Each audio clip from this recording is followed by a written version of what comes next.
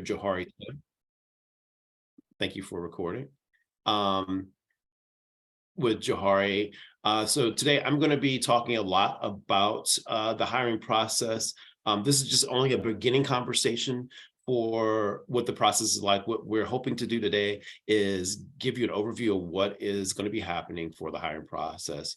And ultimately for you to be able to go confidently into the interviewing process, and it not only go into the interview process, but as schools are interviewing you, you're interviewing the school for your 2-year residency with us. So we're excited to get started. But before we do that, I want to introduce our full-time staff. I think we have all of our full-time staff on the call. This is the core that you'll see all year in your residency. There are some more folks that are going to be on board, our seasonal staff that you'll see this summer. But I want to start, I already mentioned Johari. Want to go ahead and introduce yourself, and then you can pick someone from the team afterwards.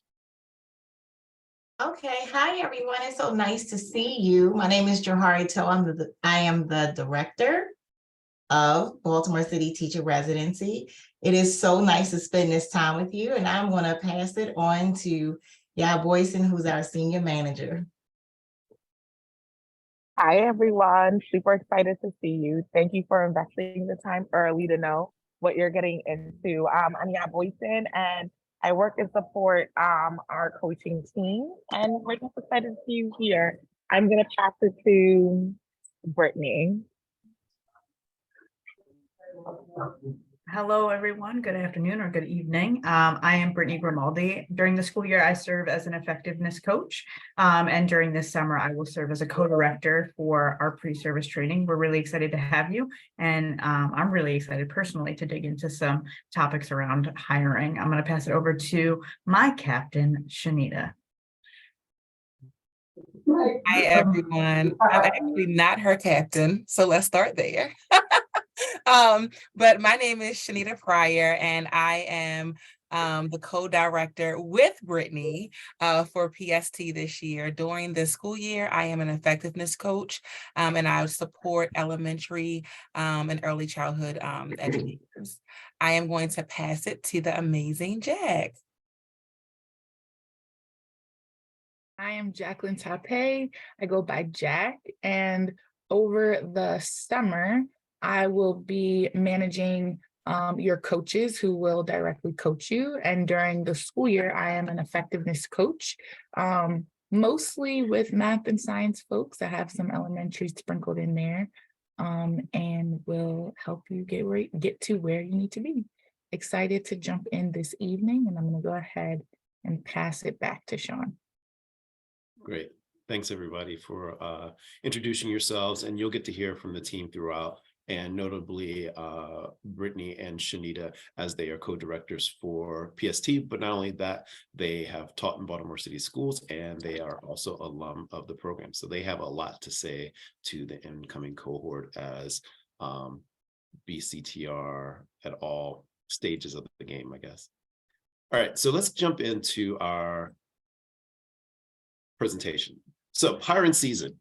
So I've spoken to a lot of you, and usually this slide, we usually say hiring season doesn't start until April, May, and we kind of try to prepare you for that over the April month. But in a quick announcement by the district, they announced that hiring season has started, this is the earliest of the 6 times that I've been doing PST. This is the earliest that we've had a hiring start. And this session we would usually do in April, but we wanted to move it up to make sure that people are ready to participate in the hiring process. Usually one of my goals is to get people hired before the summer training. And usually we can get like 40 to 50%. It could be a majority of you can be hired before you are start training, which is exciting. But we definitely want you to be prepared. And then the hire season usually goes until August, September if needed. I think that most of our folks will be hired before pre-service training, and then there will be a few that maybe are hired during the training. But I think most of the people that want to work in the district should be able to get hired, which is great news, which should give you a little bit of sigh of relief. I know hiring is a big stress issue for people, but for our team and working with the district over the past 6 years, we've been able to do get our people class. So the next thing on the slide is there are two important things. They seem contradictory. The first one, the hiring process can be turbulent. If you've ever worked with a government agency or school agency where there's a red tape and a lot of policies and things of that nature, it can be frustrating to go through the process. And that's my job to help you guide that through. So myself and the rest of the team, we're here to guide you through that process. For some of you, it's going to be very easy. For some of you, it's going to be a little bit turbulent. And that's to be expected. And we've seen that every year. The other thing that's here is that of all of our people that pass the pre-service training, we've always been able to place 100% of those people into positions in the district. And so with that, and this is my 6th PST or pre-service training that I'm doing, with that, you'll hear a lot from the staff today. It changes our mindset on what you need for a placement. It is about getting into the right school and the right placement, because you're going to be at that school for at least 2 years, where I think a lot of our cohort members coming in really stress about getting a job. We know that you're going to get a job. We want you to get the right job. So a couple of just administrative things that are going to happen that are coming up. Most of you have already gotten the application that emailed out by myself or Addison. She is the enrollment associate helping me with your enrollment tasks like resumes and things of that nature. Completing the application is the first step into getting hired, and we'll talk a little bit more about that later. But there will be a process starting in April, May, June, that there's a couple of things that you need to do to be ready to hire and sign contracts. The first one is this district processing, where you're going to do fingerprinting, background checks, and a employment review. That is an in-person time. A lot of people ask if I did FBI checks in a different county or in a different state, do I still need to do them? And the answer is yes. The district wants you to do a FBI and background check with them. If you're with the district already, you will probably not have to do the FBI check, but there are some paperwork and other things that you'll have to go in to switch your status to teaching. But for the most part, plan on an in-person 1-hour session sometime between April and June to go into the district office.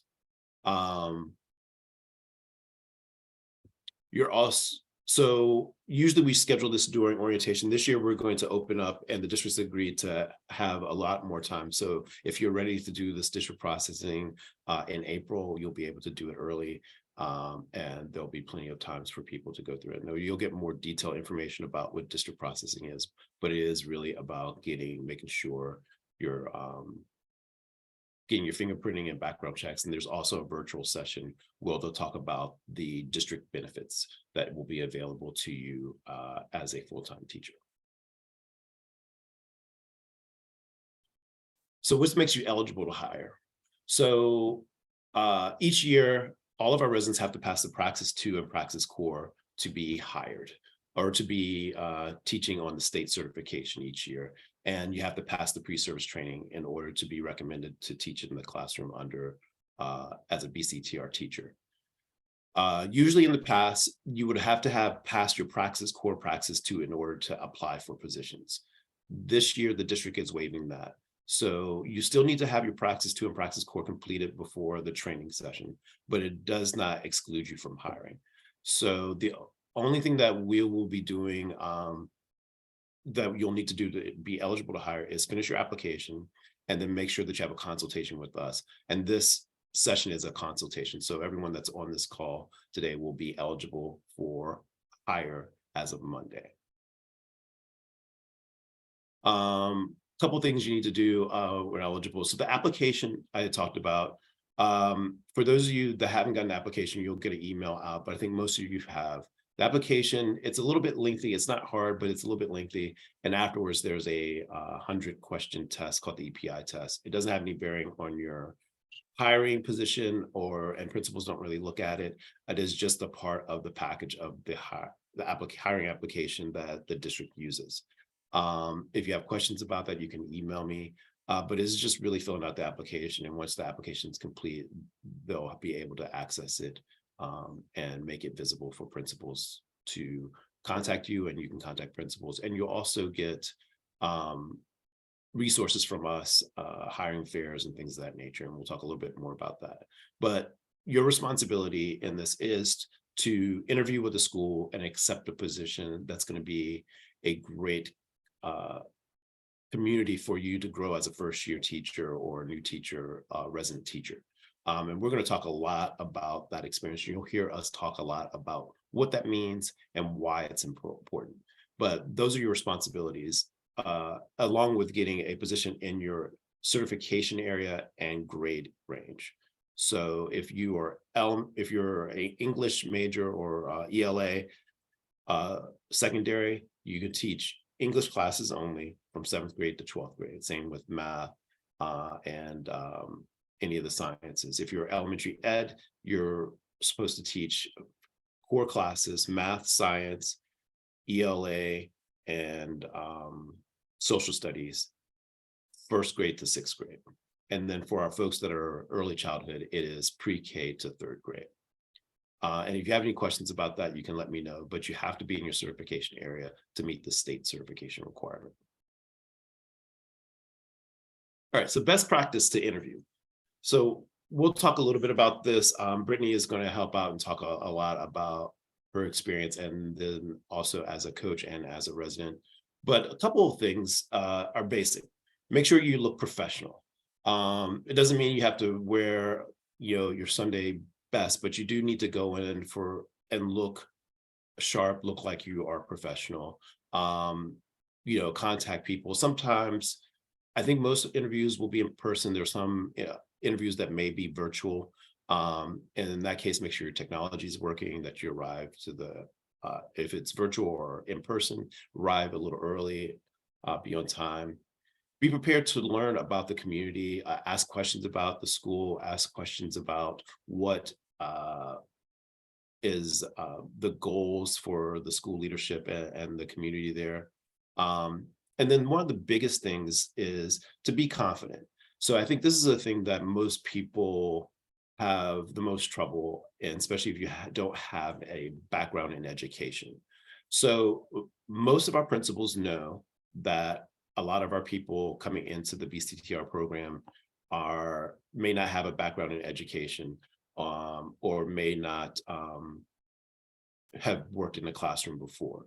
So we've worked with, over the past 20 years, we work with most schools in the district, and they know the program along with TFA and urban teachers. And so when they see that you are part of BCTR, because it's in your application and on your resume template, they know that you're going to have a couple of things. You know that you're going to have a intensive training this summer.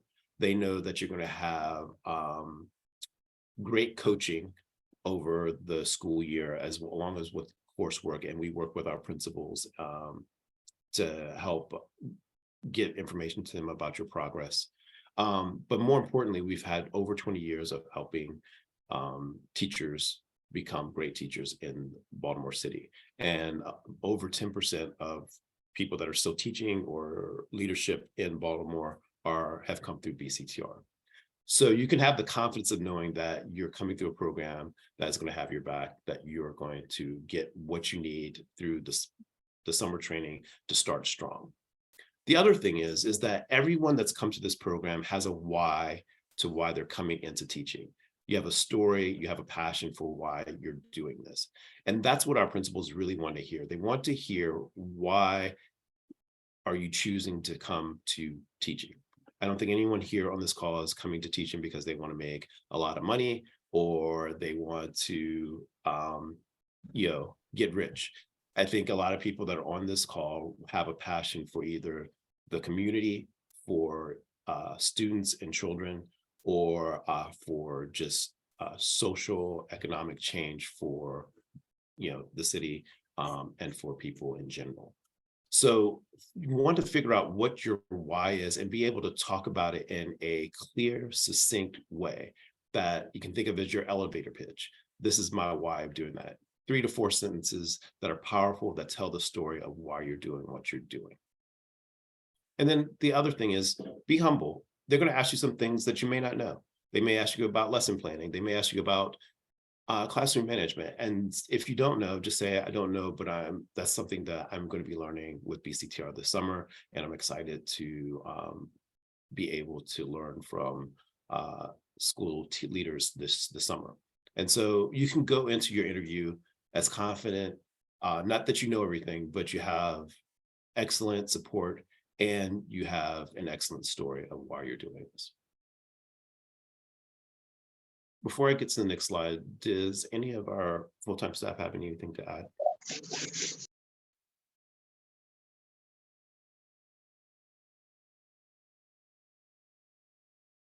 All right.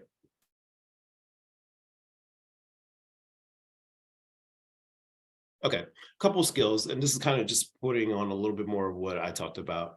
So you see, the main thing that most principals want to know is that you're a critical thinker, that you are there to learn. Again, your why is super, super important, and being someone that is going to be able to take feedback and learn. And these are things that you're going to learn during the summer, but the mindset is the most important thing. Other things that if you do have these skills, if you have taught before or have led education initiatives, if you have some in other careers, have some other great transferable skills like critical thinking, building community, strengthening, any kind of leadership position you'll want to talk about. But the main thing is going to be your why, and that you're someone that can take feedback and act on those feedback in a positive way. All right, I'm going to pass this over to one of our PST directors and former BCTR resident herself, Brittany Grimaldi. Hello again. So good to be with you again. Sean lets me kind of take over this part of the presentation because I bother him every year about this. And so it's something I'm really passionate about. Shanita and I have both been through BCTR. We both went through the hiring process that you're currently going through. It looked a little different years ago, but it's still, in the same in spirit. And we have also had the pleasure of working with first-year teachers for years in a row who have ended up at schools they love, and then some who have ended up at schools they don't love, right? That weren't the best fit for them. So we're going to talk about the commitment you're about to make. So take a moment and think about reality dating shows, okay? And if you're not a reality TV person, I apologize in advance. I'm going to give you a little bit of context. So Married at First Sight, people literally sign up, they fill out some information, they get interviewed, and then they get ready, they pick out what they're going to wear, and they get to the altar and they meet a stranger and they marry them, right? Drop in the chat for me. On a scale of 1 to 10, 1 being heck no, to 10, yes, that sounds amazing. Let me know how likely you are to do something like that. Seen some 1s. Amazing. I love a 0. I didn't even give you a 0, and some people are saying 0. Love it. Okay, let's take, somebody halfway. I got a 5 in there somewhere. Okay. Thank you. Talk to you later about that. So we're going to take it one step further, because Married at First Sight is very extreme. You don't even get to talk to the person before you marry them. But Love is Blind, you just don't get to see them, right? You get some time to talk to them, but you don't get to see them. You don't get to interact with them. You don't really get the vibe, but you do get to interview and chat before you make this decision to get engaged. So same thing, scale 1 to 10. How likely are you to sign up for Love is Blind and be willing to make that commitment? Okay. So people are feeling a little bit more comfortable with this. Okay. That's really good to know. I don't feel comfortable with either of these ideas, and I'm going to tell you why. Because it's a huge life commitment. Yes, divorce is a thing. Yes, you can get an annulment, but you are making a huge commitment. And unfortunately for these folks, you are doing it for everybody else's entertainment, right? But here you are making this huge commitment with just very little information. Married at First Sight, you give somebody all your information and hope for the best. Love is Blind, you get a little bit more say, but you're still operating on limited information. So how does that connect to this hiring process? I'm really glad you asked, because you are about to make a huge commitment. The challenge that you have is being patient. Okay, so let's talk about it. When you are interviewing with schools, you're going to be excited. You're going to want a job. Sean said it already. We say this every year, and we still get folks who don't believe us. I know you have no reason to trust me yet. Our love is still blind. We haven't met in person, but I'm telling you, you are going to have your pick of multiple positions, right? You're going to have multiple schools wanting to talk to you, be interested in you. I'm begging you, we are begging you from the bottom of our hearts to be patient and take your time when you're deciding where to go. Principals are going to have a sense of urgency. It's no secret that there's a huge need in education right now. There's a huge need for teachers in Baltimore City, and that puts you at an advantage to really do your due diligence, do your research, and end up somewhere that feels good, because you're not.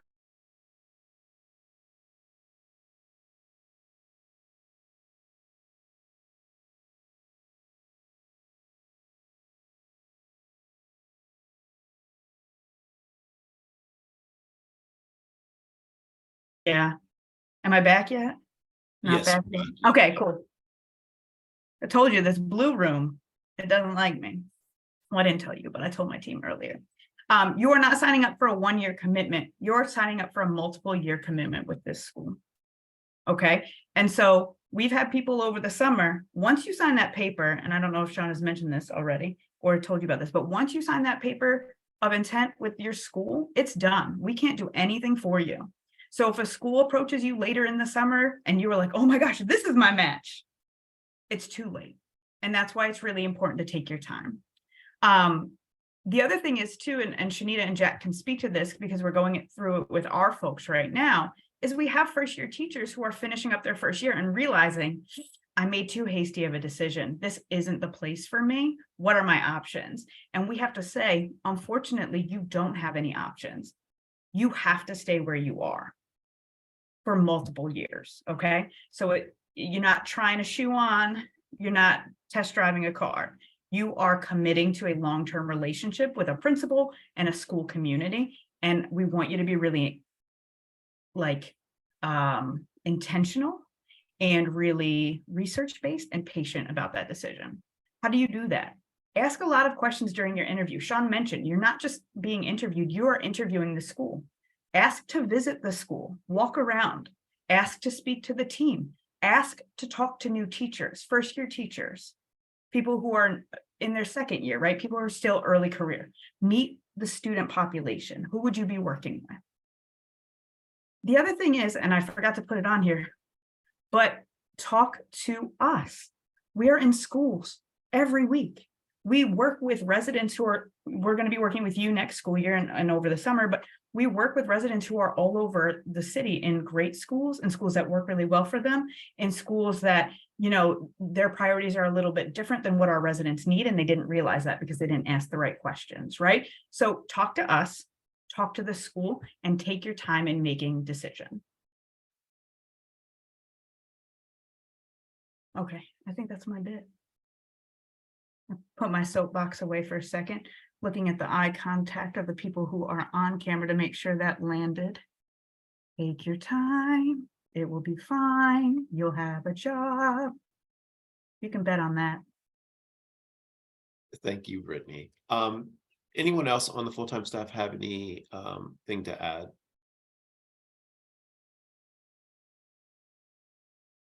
I'm just looking at the question that was one of the questions about getting a chance to meet parents at the school. I think that's a great question to ask your principal when it's time, when you interview, about different opportunities to interface with the community. I think that'll definitely build a conversation between you and the principal and show your interest in wanting to be connected and involved with the school community. I also, Sean, sorry, I remembered the last point I wanted to make. I know that we have some paras on the line, and just wanted to call out that you might love your school and be really close with your principal and have had a really positive experience. And we definitely want you to go where you want to go and where it makes sense for you, but definitely make sure that you are keeping your options open, right? You don't have to lock into the school you're currently at. If you find it something that's a better fit for you, that's okay too.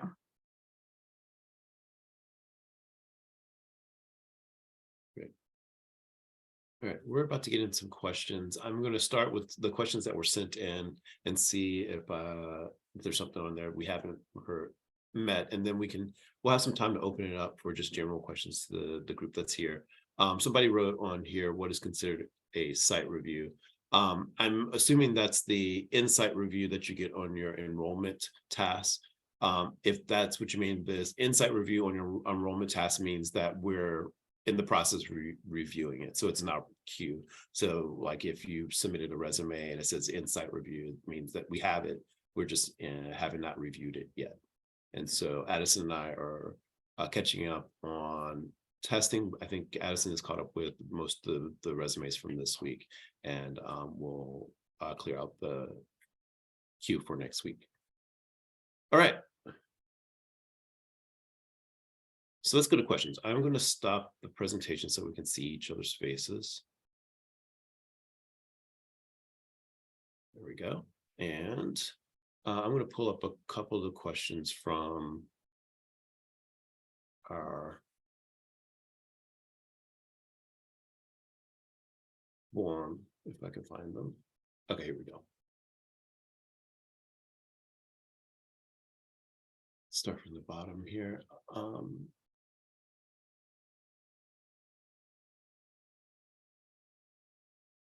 So someone wrote, what's the time frame for if you don't hit it past praxis? So the requirement is to pass praxis before the summer training. And so that's the goal, that's the goal, to be state certified.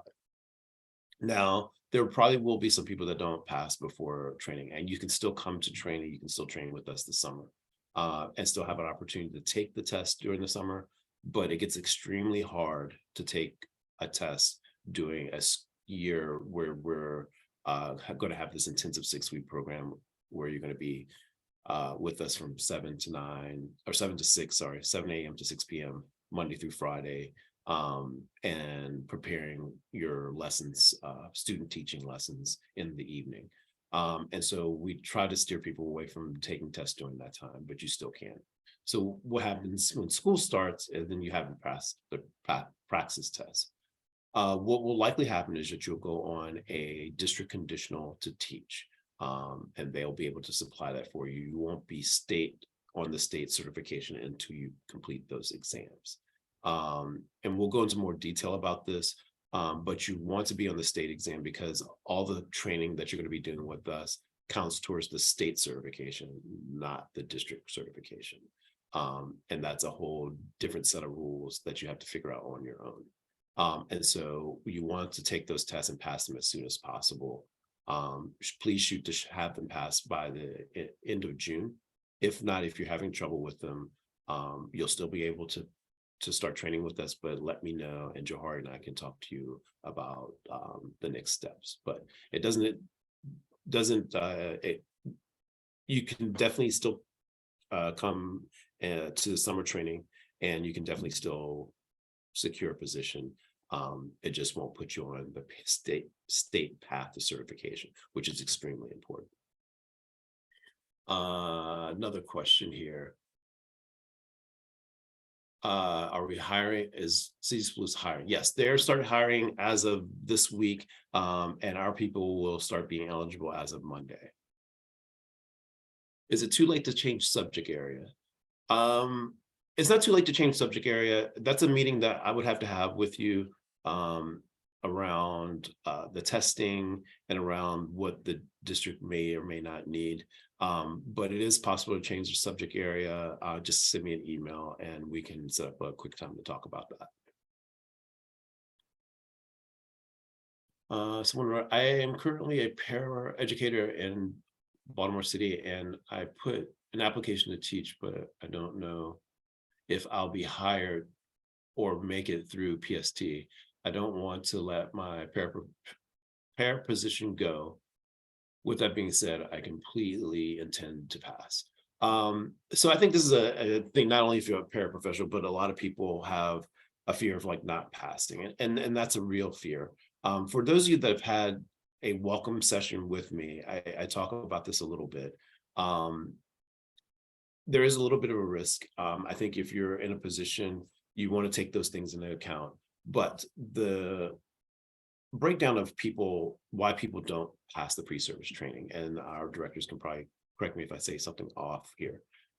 The majority of our people pass, 75 to 80% of people pass the pre-service training each year, which is great, but it still leaves about 20 to 25% of people that don't pass in a given year. Of that 20 to 25%, half of those people are people that self-select out the program. Some of them realize maybe this is too fast to pace a program, or maybe they don't want to be a teacher, but the majority are people that had life things happen, family emergency, health emergency, personal emergency, they're not able to finish. Then for people in that bucket, we always invite to come back, but life happens, and that happens every year. But that's about 10 to 12% of people. Of that second 10 to 12% of people, half of that group are people we don't recommend to the classroom for professionalism issues. So the district doesn't have any outrageous professionalism things to adhere to. Regular things if you've been in any kind of organization and worked or volunteered. But for teachers, lesson plans done correctly, done on time, showing up to class on time, working well with your fellow teachers, school administrative staff, proper dress, proper language. We'll go through the handbook during your time with us before you step in the classroom, but we can't send a teacher into a classroom knowing that their employer is not going they're not meeting their employer's professionalism standards. That last 5 to 6% of people are people that are passionate about being a teacher. They want to be that teacher of record. They've done everything we've asked. They've been professional. They just didn't meet the performance bar in our time with us. And that performance bar is observations that will happen 4 times, I believe, during your teaching experience with us. And so that percentage of people, a lot of times there are a lot of different reasons, and I think our staff can probably talk a little bit more about this, but they are maybe people that need a little more time building some leadership skills in the classroom. So leadership's teaching is a leadership position. It's also a performance position where you are in front of students 5 hours a day, 5 days a week. You're tasked with helping them get to educational goals and motivating and inspiring them to do so. And maybe people in that position maybe need a little more time than the 6 weeks allow to build those leadership skills. People in that position, we always invite back if they want to come back, but we encourage them to get some experience, maybe subbing, paraprofessional, tutoring, and coming back. And we do have people that come back after a year or two and tend to do really well in the program. But that's the risk that you're kind of taking coming in. The pre-service training is not anything that you can't understand. It is not hard to grasp the concepts. It is just a lot that's coming at you, and you have to be open to feedback and implementing feedback in a positive way. I'm going to pause there and see if anyone else on the team had anything to add to that.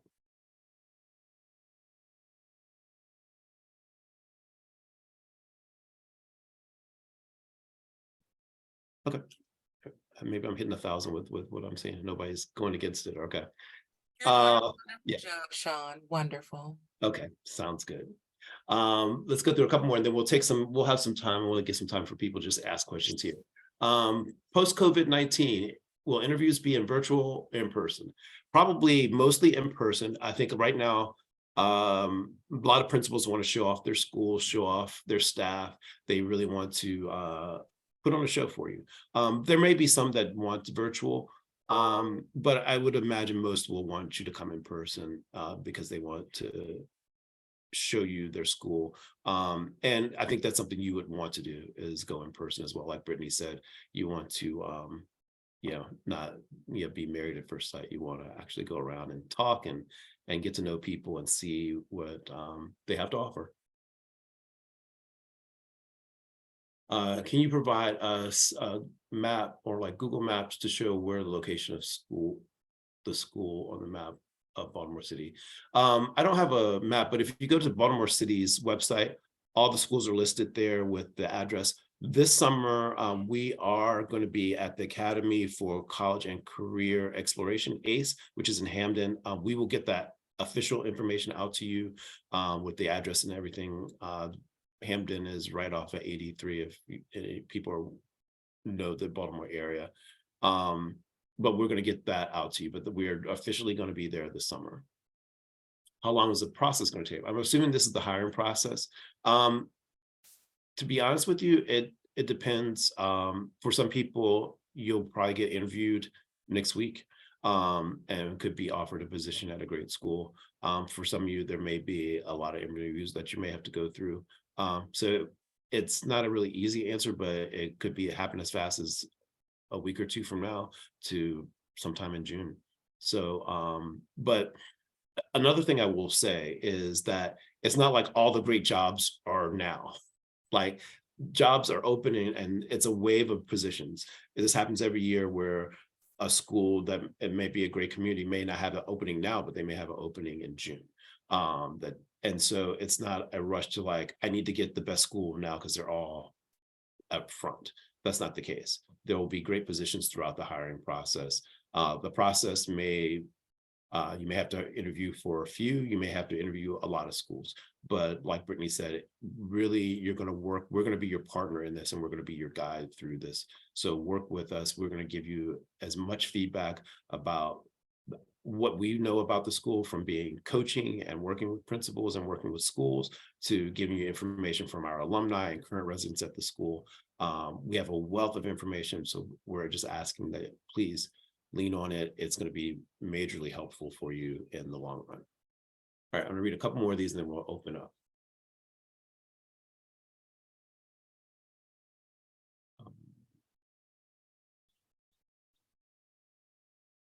Okay, I think that some of these were things that we asked earlier on or answered earlier on. I'm going to open up.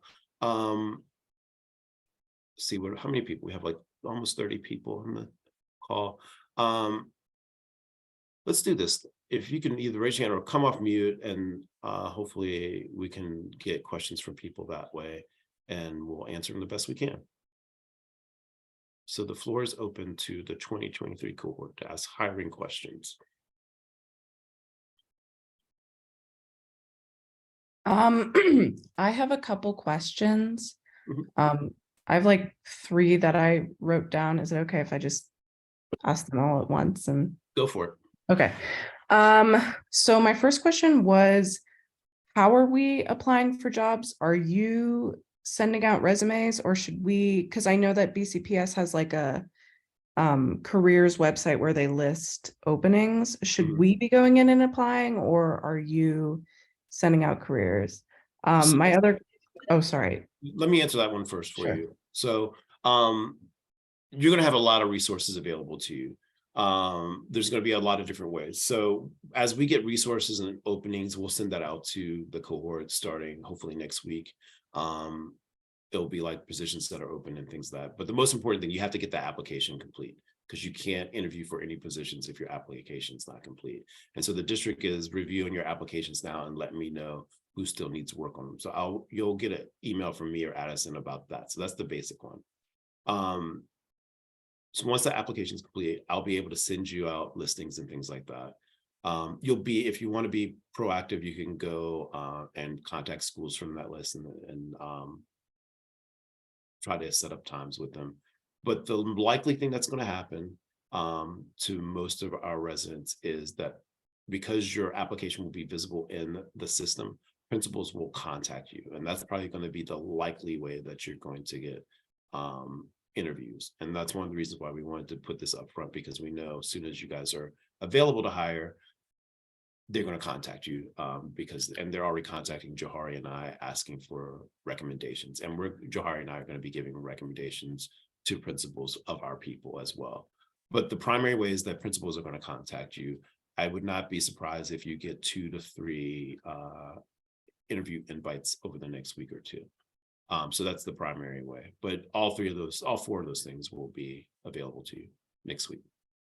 Great, thank you. My second question is, in terms of the district processing that we have to do, how is that? How are we scheduling that?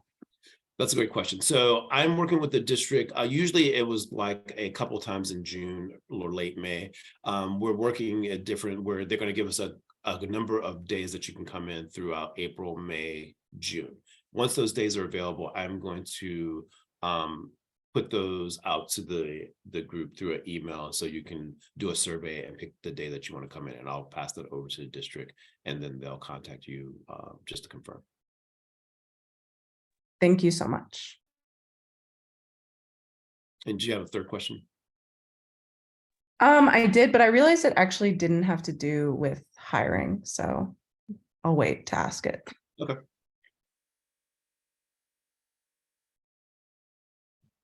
I had a question. About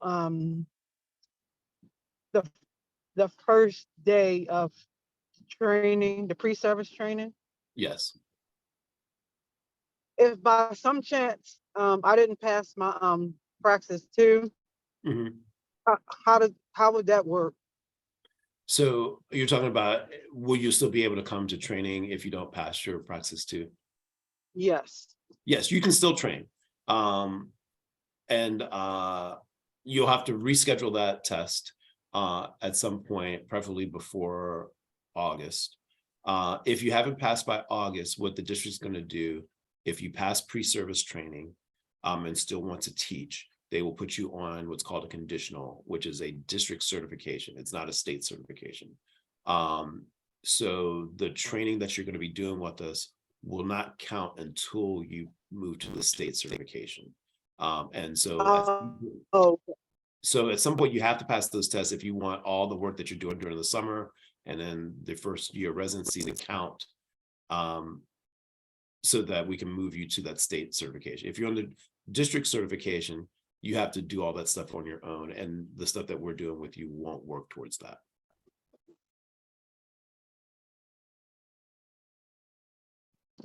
Okay, and then I had another question. As far as the training, was it possible that could I miss 3 days? So we're packing in so much in 6 weeks. So literally it's like a graduate course along with student teaching into 3 weeks. So every day is packed. Missing 2 days is tough. Missing 3 days is kind of, you're missing critical information. I don't know if Brittany or Shanita want to tap in a little bit as our directors, but that's my understanding of what we do each year. I think it's during a time with 4th of July.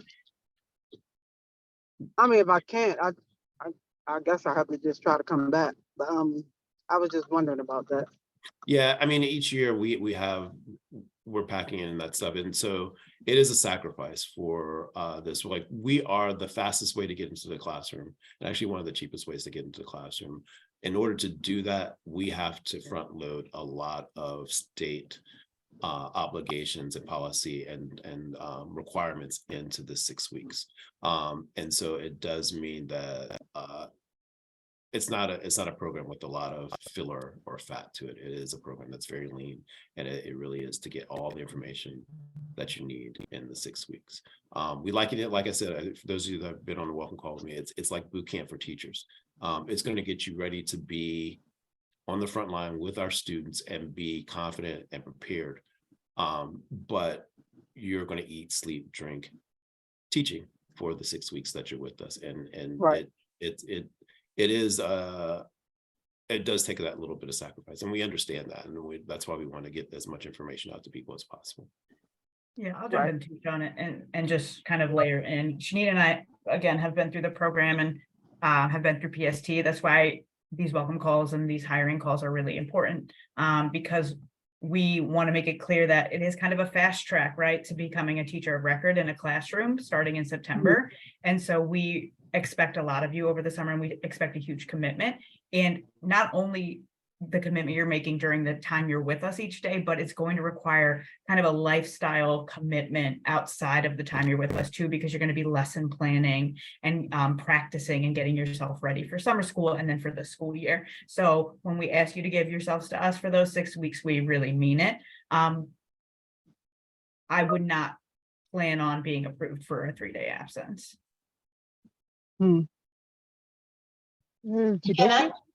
I just add on really quick?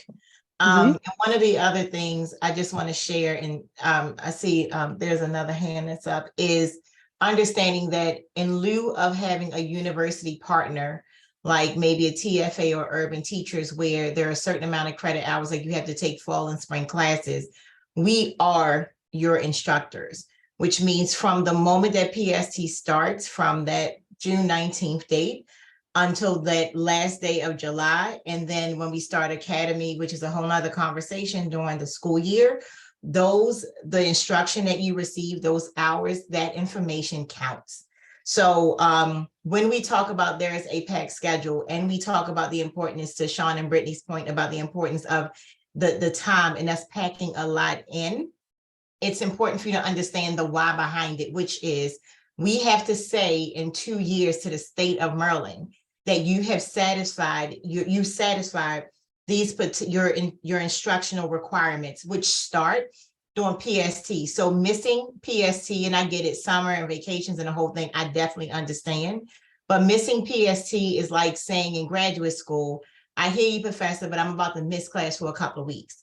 So even though, again, we are the instructional agency, looking at it in that equivalent way, we're packing in a lot, because we also are not asking you to give the same type of time commitment year 2 because of how our program is structured. So there is a lot starting in June, not to discount anyone's situation, but there's purpose behind it that allows for you to be able to gain a thing a little bit earlier and attain a thing that would take some longer, but for the way our program is designed, it's not. So if you're wrestling with it, I don't want to belabor this point, but if you're wrestling with it, like, I don't know, I have a week vacation, then we can have an offline conversation about like what works best for you, what decision works best, because we can't amend any aspect of our program. It has to be the way that it is within the timeline. So Tanya, thank you so much for bringing it up. And I'm hoping that I answered some questions, but if there's some other ones that are pinging up, put them in the chat and we can follow up a little later with that.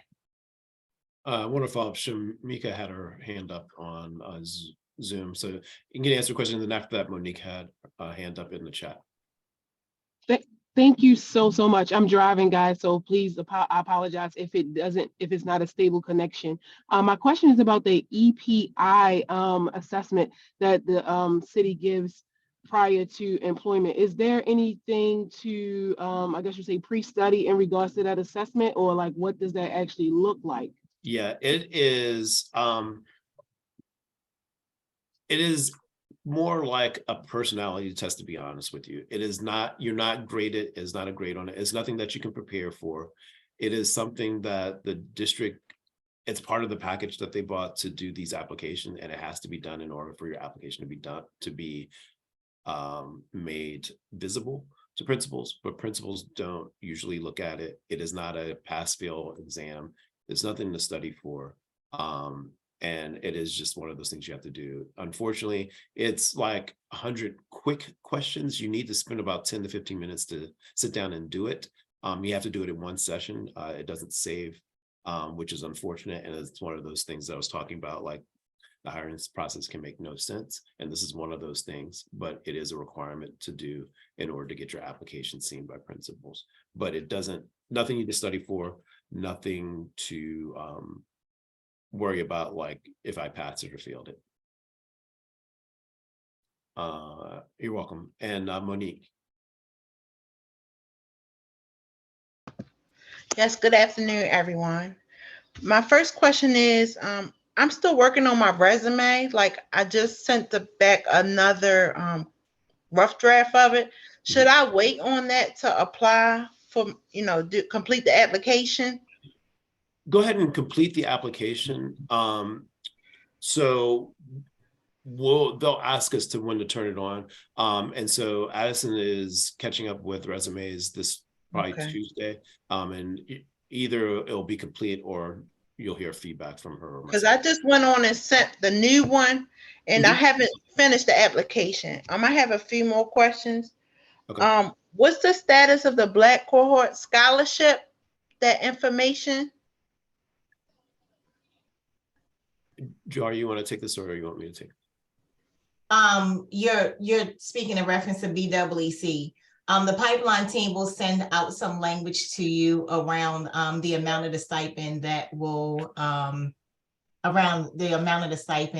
you'll receive. And that information will not just go out to you, but to everyone else that is eligible. So if you don't receive any language from them by, I would say, the end of business like next week, let Sean and I know and we can make sure. But that those numbers were just solidified, but you'll get it.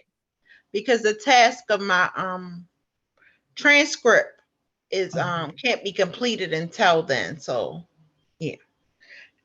I think Mr. Sean knows about it. Yeah. Okay. Yeah. Contact me again and we can set up a time to talk when you can kind of One more question, sir. Sure. So if you don't, for heaven's sake, if you don't pass the practice 2 and the training has started and you were talking about a conditional certification, how long do you have to pass it? Like, because you said the work you teach us might not be valid the other way, or we have to get it on our own. Yeah, that is true. So as soon as you finish the practice test, we move you to the state and all that's valid. But that conditional technically is goes for 2 years. But the longer you stay on it, the more it puts your job in jeopardy. Okay. So what will happen is at the end of the year, if you're still on it at the end of 2023, you'll start getting letters from the district like, have you signed up for college credits? Have you done this? And they will be kind of threatening, you know? And so because they're trying to get you to push to get certified, they won't see you as a BCTR person until you finish those tests. So, and you still have to, even if you do the conditional route, you still have to take the test that you just have to go to a college to get the coursework where you're going to be automatically doing the coursework with us.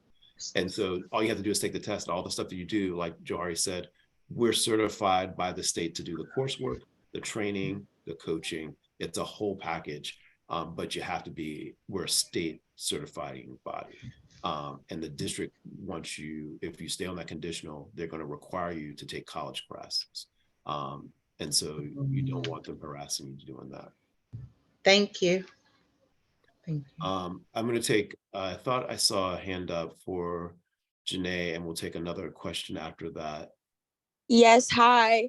So I'm currently in a conditional contract with city schools, and I was trying to switch over to be in BCTR's program. But when I put my application in, it didn't give me the option. I'm assuming because I'm already in city schools, it didn't give me the option to say I wanted to come through. So I put my resume in with all of BCTR's information the way that we had to. I just wanted to make sure I did everything correctly on that end. Yeah, send me an email, Janae. There may be an issue on the district's end. Sometimes this happens each year where if you're already in the system, it won't allow you to change and they have to flip something on their end. But you should definitely be able to pick it and let me know so that I can bring that to their attention. Okay, thank you. We have time for one more or maybe 2 short questions. Well, I'm going to piggyback on Janae's question. So I was attempting to apply for English teaching position, and they're asking me for my transcripts, but I actually already work for the district. And I just became a district employee in December. So they already have my transcripts, but it doesn't seem to be allowing me to go on with the process without that. Yes, in that application email that I sent, there is a document to download and upload. So it basically says, I'm a part of BCTR on our letterhead, and they will send in official transcript. So just upload that letter. They know that our members have that letter for their transcripts. That's all you need to do. Just download it and upload it into the application. Okay, I'm not clear because I didn't send my transcripts to BCTR. Right. You will. Okay, I just was making sure. Yeah. You will at some point have to send it to us or the state. but that letter will let you get through the application. All right, one more question.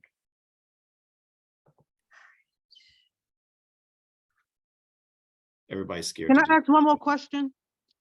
Yes, I've been on a couple of interviews, and how do I ask if you think the school will be a good fit or not? Just send an email or yes, send me an email, and either myself or Johari will set up a time with you. We're looking to try to do it within 24, 48 business days, business hours, to set up a time. You have 72 hours to respond.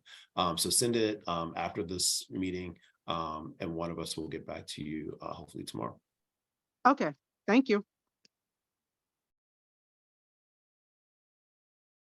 Go ahead. I think it's L'Oreal. John. Okay, so for the practice core exemption, it's either a 3.1 GPA average or the test scores, like the SAT or ACT test scores, or you need to have both. Nope, you just need one of those things. So Okay. the SAT or an ACT or a 3.0 preferred transcript. So for those of you that are getting your transcripts into me, myself and Addison, when we can verify that it's a 3.0 or higher, we are marking that your practice core is complete on your task list. So you should see that show up. If you don't, let me know. But as soon as we get transcripts, we're updating that information. All right, I'm going to wind down our time. This is not the last time that we'll be able to chance to talk, but I did want to get information in front of people before the hiring festivities start next week. So you'll be hearing a lot more from me. You'll be getting a lot more emails from me, and there are going to be some other opportunities for us to talk.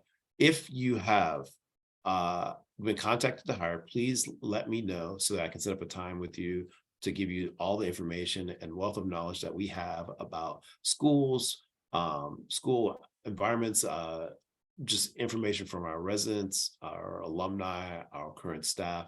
It's going to be super helpful to you making your decision.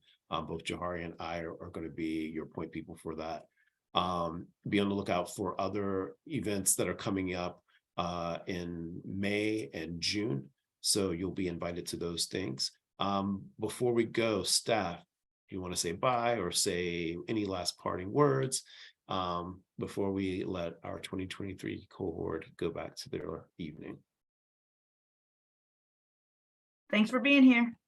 We appreciate you. We're excited to work with you. Yeah. Great. Good luck to you all. Don't get worried. We got you. Well, I have a quick question before we leave. I think you emailed a while ago that after we complete our application, we were going to receive like a survey that we had to fill out. Did we need to fill out the survey to be sent emails for interviews? Yes, you have to. It's called the EPI test, and it's a requirement of part of their employment package. So it has to be done. Okay, thanks. All right, gang. It was great meeting everyone, and we'll talk soon. And look out for a recording of this broadcast coming hopefully early next week. I have a quick question. Could I ask? I'm so sorry. Yep. I am not seeing a special education elementary teaching position that's for this school year. I'm only seeing 2022 to 2023. I got you. Yeah. So if you're elementary special ed, you're signing up for a special ed position only. Yeah, I see your special education elementary, but only school year 2022 to 2020. There's not a new one. Yeah, check again. I met with the district earlier this week, and they said that those should be up now. If not, just email me and I can remind them to put them up. But that's a great call out. Okay, cool. Thank you.